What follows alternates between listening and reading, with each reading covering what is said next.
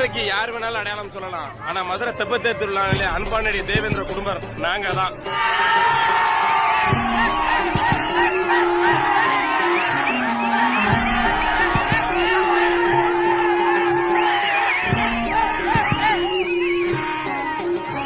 Video போட்டோடனே 4 பரதேசி வந்து கமெண்ட்ல வந்து கதறும், எங்களுக்கு இவ்வளவு தூரம் வரலாறு இருக்காடே அப்படின்னு 4 பரதேசி கதறும். அது யாருன்றதான் கமெண்ட் பண்ணி பாருங்க. நன்றி.